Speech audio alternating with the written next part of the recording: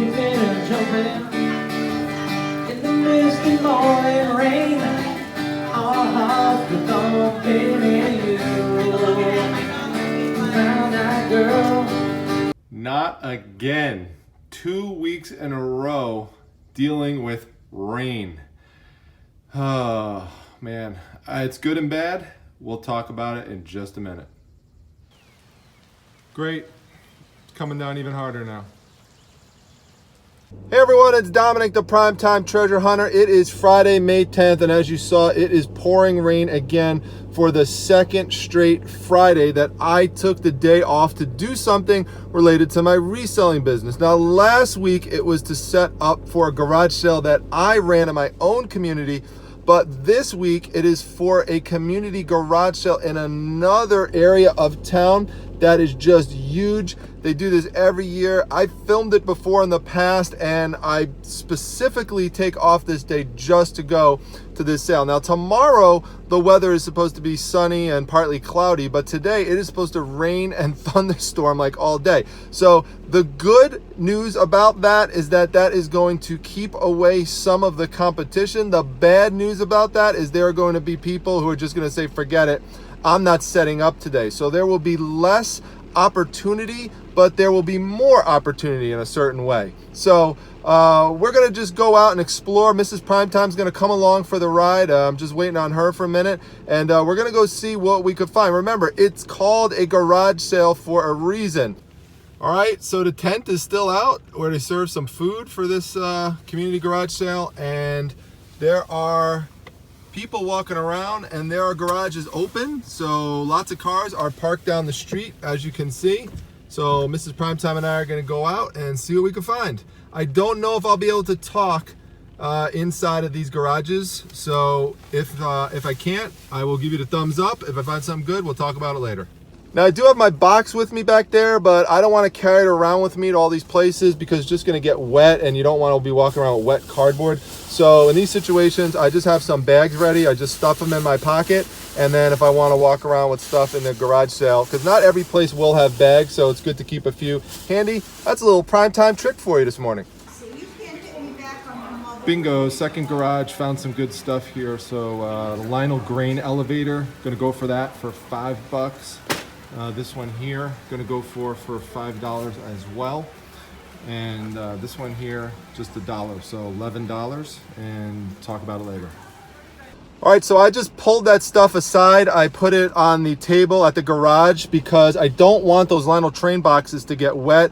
You know, the book I could put in a bag, but those boxes are just too big. So what basically we're dealing with here, that grain elevator, you know, that's like a $70 piece max. The trolley, you know, that could be like a $50, $60 piece, and that book has 5 watchers and has sold previously for $50. So that book should just pay for everything, and then the rest of it will even be additional profit. So it's a good, looks like safe $11 investment. Yes, I did open those items up to check inside. One of them had tape on the bottom, so I definitely wanted to get that tape open. I asked permission to open up. The lady was nice enough to say, yep, sure, check it out. It was her husband's.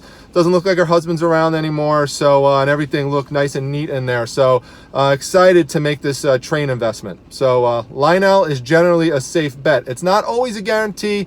It depends on the item, but because there were some other things there, but those pieces look like the best of the bunch.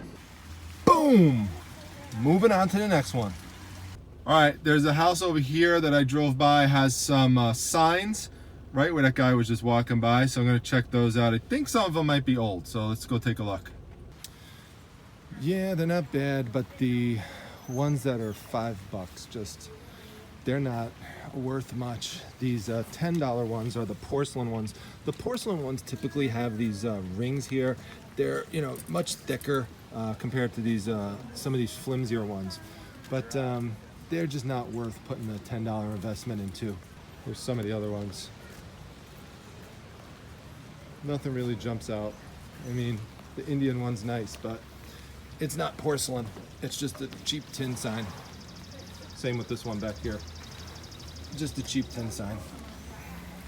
All right, now with those porcelain signs, I've said this before, but look on the back of them. If they say Andy Rooney, those could be worth looking into and picking up, but none of those said that. So as you can see here, I mean, I am getting drenched. I gave Mrs. Primetime my umbrella, so she's been using that. Right, Miss Primetime? Come on, give me a little fist bump right here. Come on. All right, so Miss Primetime just made a good find here. This is just going to show you to make sure you check inside pockets. So this is a book bag that she wound up picking up for $5, but we actually wound up getting it for free because always check the pockets, because when you check the pockets, look inside. What you might find sometimes, you might find a $5 bill to pay for your purchase. There you go, folks. That's how Miss Primetime does it. What's the price on the DVDs? $1. Okay.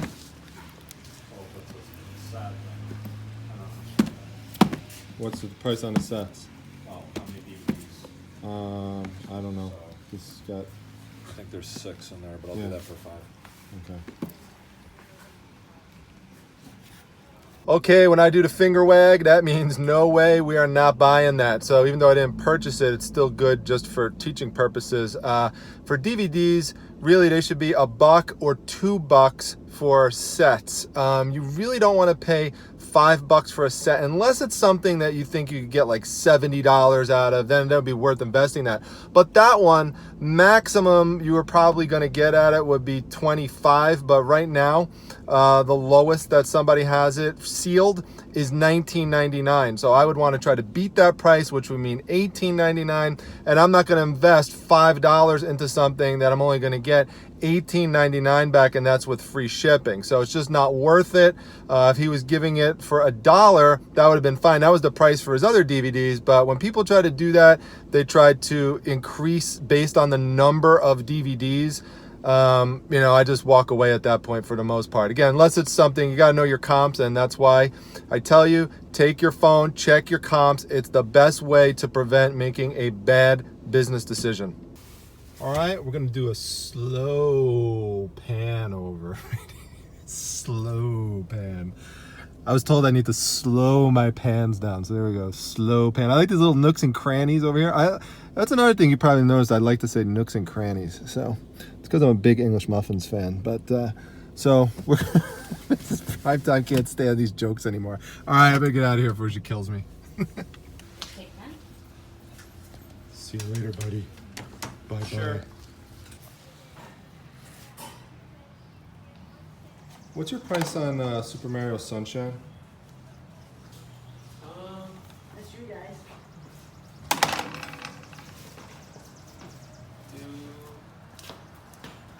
$2. Okay, that works. What's the price on the kids' books? Those are $2. Okay. Would you do $1 on this one Wimpy Kid book? Ma, see me cute? Small clothes over Okay. Definitely get me some of that. New York pizza right there.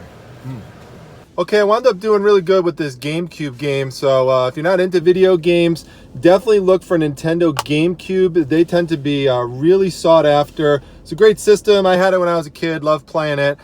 Super Mario Sunshine is one of the best ones. It's one of the best games, but really, if you see any GameCube games, definitely look them up. And for $2, I mean, this is a no-brainer to pick up. It could go for like $40 to $50 if it's complete.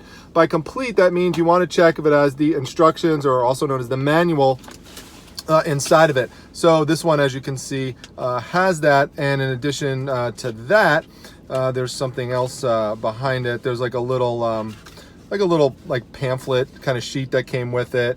You know, just kind of like some miscellaneous things like warranty information. So that makes it complete. Everything is there, and you want to use that term when you list it. You want to make sure you say complete because people will search for that. So this is a good one. With the Dyer to Wimpy Kid books, you probably remember me sourcing them a lot last year.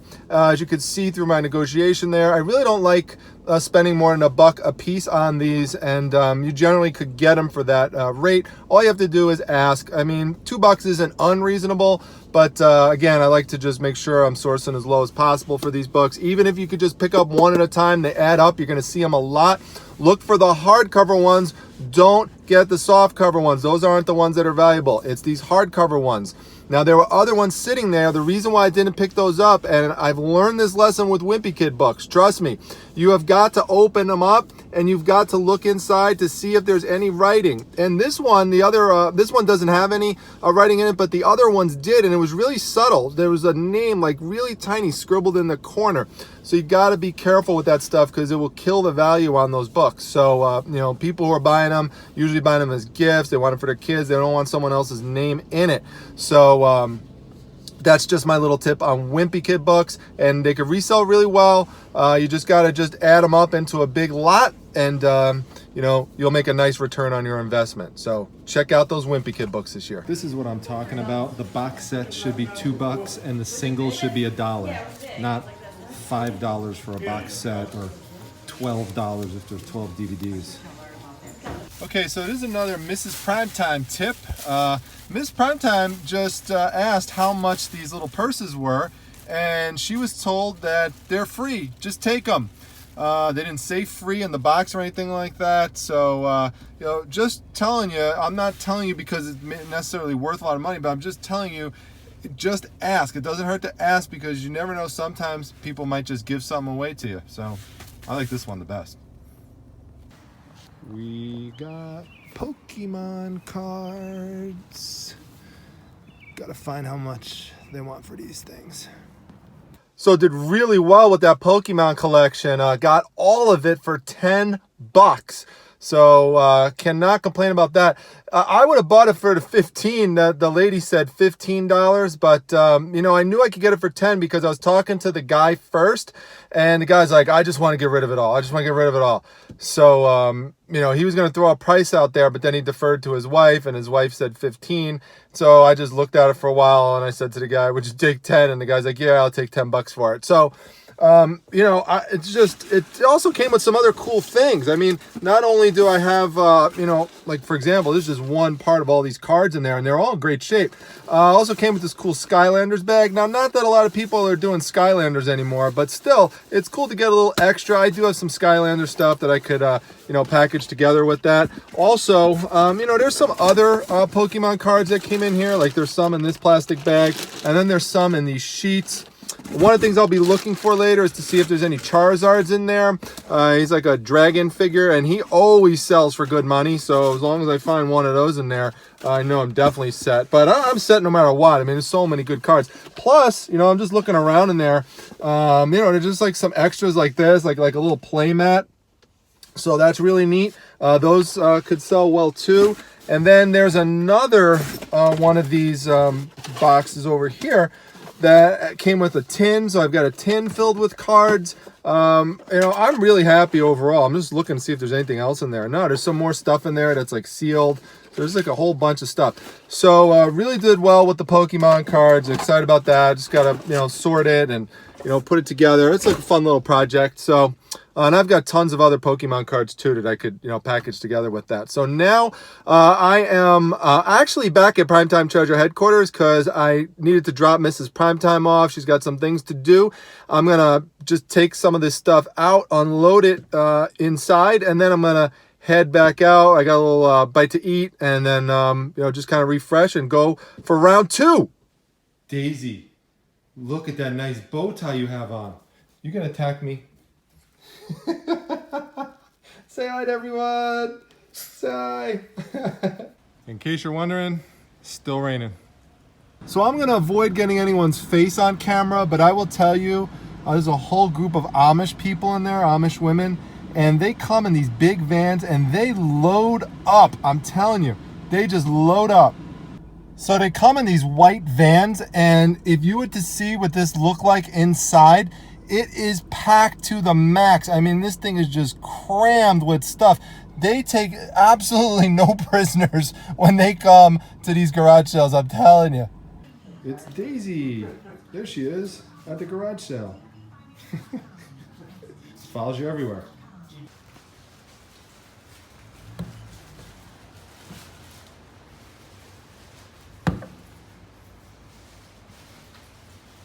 You know, I'm a big fan of American Pickers, and one of the things that Mike Wolf is fond of saying on that show when people ask him what he's looking for, he says that he's looking for something that he has never seen before. And I am the exact same way, and this piece that I just showed you definitely fits the bill. What this is, it is a vintage wooden gumball machine. I have never seen something like this before. It does not have any markings. It was being sold by an older lady who said that it was her daughter's when her daughter was a child, and her daughter is now in her 40s. So this is an old piece. It doesn't have any markings on it. I did a search on eBay. There's nothing even close to it that I could find. The way it works is basically you've got to take this globe off top, obviously, to load the gumballs in here. The way you do that is you've got to unscrew this little screw here, and that releases a little mechanism in the back. You can see there's like a little black piece back there, and then that will take the globe off. And then what happens